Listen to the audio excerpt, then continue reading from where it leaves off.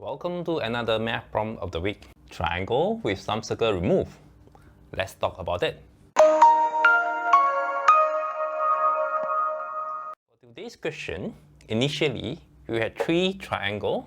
They are equilateral and congruent, meaning that all of them are of the same size.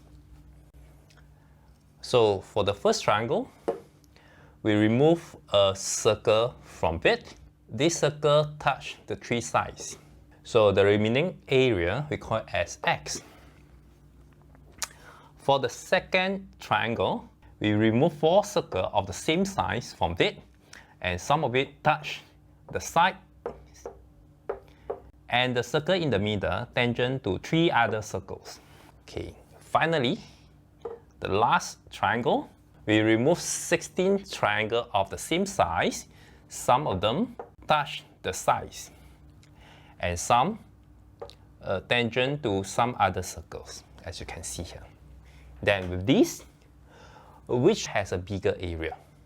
The options are A, x greater than y, B, y greater than z, C, z greater than x, and finally D, x equals y equals to z. What do you think?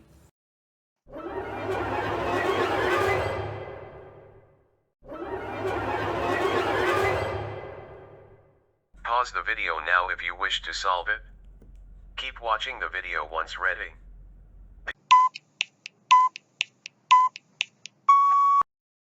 Before we solve this question, let's look at a simple version of the similar question. Let's say this is a 2 by 2 square. We know that the area is equal to 4 unit square. Now, if we cut it into 4 equal sides, each of these will have an area of 1 unit square. And this is 1 unit square. What happened is that I'm going to cut it even more. Each smaller one, I'll do exactly to the same here. So I take 1/4 of it, and for this I take 1/4 of it, and I take 1/4 of it, 1/4 of it. The question is, which shaded region will have a bigger area? We can do exactly the same here. And we can see that there are 4 small squares here, and this also 4, and they are exactly the same. And we shall look at the next example that is closer to this one. That is, we start with a square and remove a circle that tangent to the side. Tangent to the side. This is not exactly. Take the same square and cut it into 4 smaller squares of the same size. Remove a circle from each of the small squares. Okay, so in this case, which one will have the bigger area? Let's do some calculation.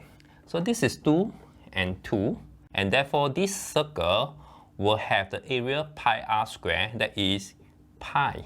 Initially, the area of the square is equal to 4. So what we have here, this area will have 4 minus pi. And what happened to this? After we cut in this way, each of these will have the radius a half. So you have pi r square. But now you have 4 of them, so times 4.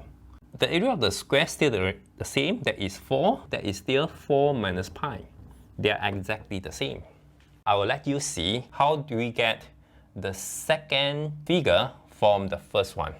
It is just by taking the midpoint of each line and then join them together. Let's say the area of this big circle is a square. And what happened to this?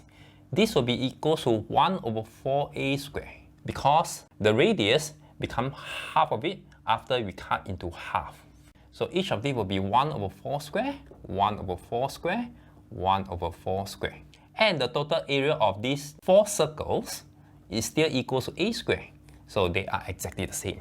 The last one, it looks a little bit complicated, but again, we will do this one more time, one more layer. That is, we cut into half.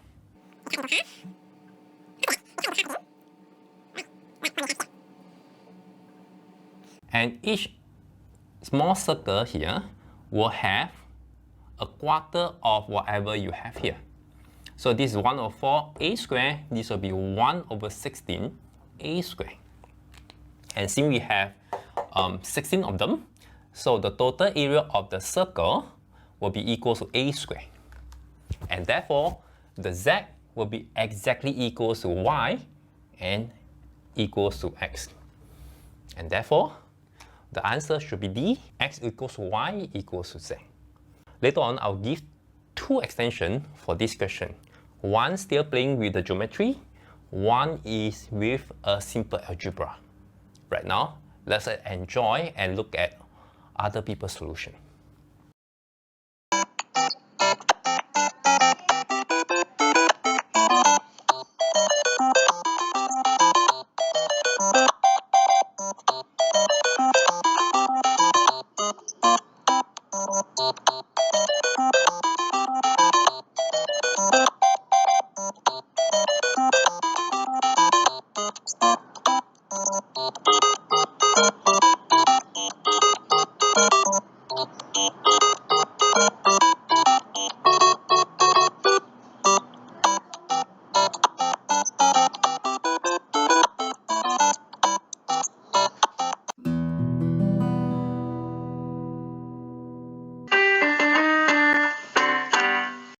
Welcome back.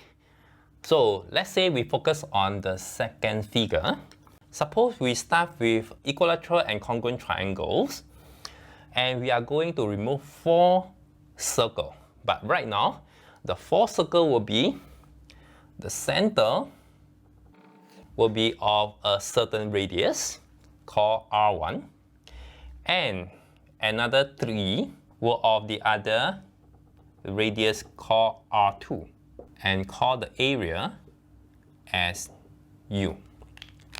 If R1 over R2 equals 1, then U equals to X. Now the question here is, if U equals to X, must R1 over R2 always equals to 1?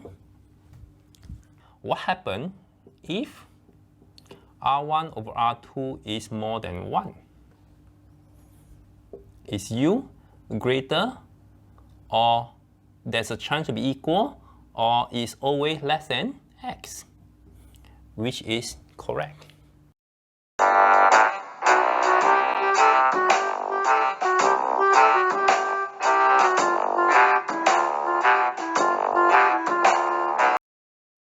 This extension is rather simple. So let's say we have 19 over 91. This is the simplest form. Plus 1919 over 9191. Plus 1919 over 9191 plus 1919.